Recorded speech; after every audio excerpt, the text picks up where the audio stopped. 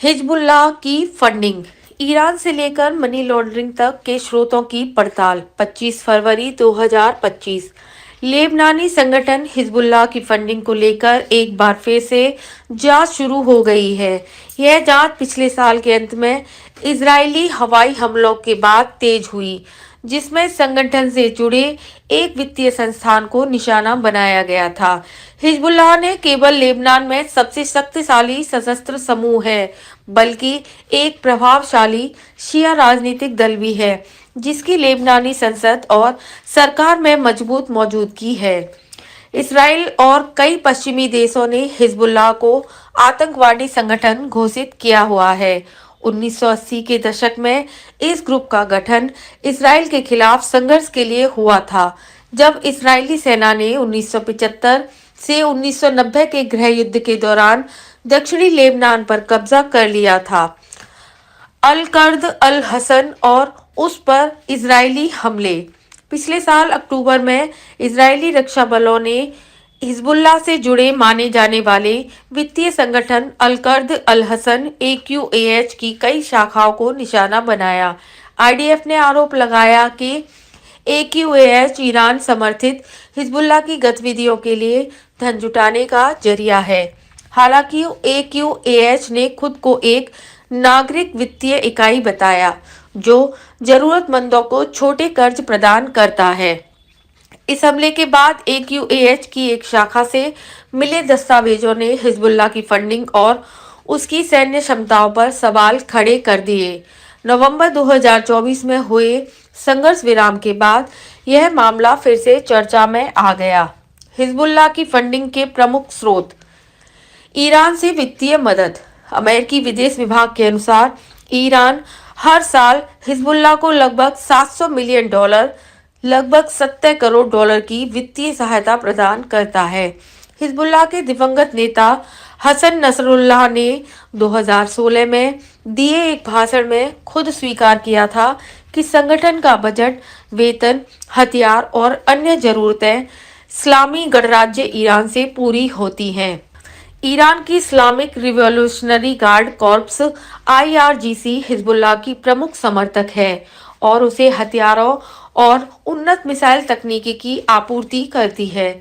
हालांकि हाल के वर्षों में अमेरिका और अन्य पश्चिमी देशों द्वारा ईरान पर लगाए गए प्रतिबंधों की वजह से इस फंडिंग पर असर पड़ा है। मनी लॉन्ड्रिंग और बैंकिंग नेटवर्क। अमेरिकी सरकार और अन्य एजेंसियों के अनुसार हिजबुल्लाह मनी लॉन्ड्रिंग, अवैध वित्तीय लेन देन और क्रिप्टो करेंसी के माध्यम से भी अपनी वित्तीय जरूरतें पूरी करता है। AQAH जैसे संस्थानों के जरिए हिजबुल्लाह ने एक छद्म वित्तीय प्रणाली बनाई है, जो पारंपरिक बैंकिंग प्रणाली से बाहर काम करती है। अफ्रीका और लैटिन अमेरिका से संबंध। अफ्रीका में हीरा व्यापार और कला बाजार में हिजबुल्लाह की मजबूत पकड़ है। अमेरिकी वित्त मंत्रालय ने 2019 में कला संग्राहक नाजिम सईद अहमद पर प्रतिबंध लगाए थे, यह आरोप लगाते हुए कि वह हिजबुल्लाह को धन मुहैया कराते हैं। लैटिन अमेरिका में हिजबुल्लाह पर नशीले पदार्थों की तस्करी और मनी लॉन्ड्रिंग से जुड़े होने के आरोप हैं। Crime and justice research institute UNICRI की एक रिपोर्ट के अनुसार कोलंबिया और वेनेजुएला के ड्रग कार्टेल और फार्क विद्रोही गुट के साथ हिजबुल्लाह के संबंध रहे हैं। क्रिप्टो करेंसी और डिजिटल वित्तीय साधन। जून 2023 में इजराइल ने हिजबुल्लाह से जुड़े $1.7 मिलियन की ट्रॉन क्रिप्टो करेंसी जब्त की थी। इजरायली रक्षा मंत्री युआव गैलेंट के अनुसार यह डिजिटल संपत्ति हिजबुल्लाह और ईरान के कुद्स फोर्स से जुड़ी हुई थी। सीरियाई संघर्ष और तस्करी।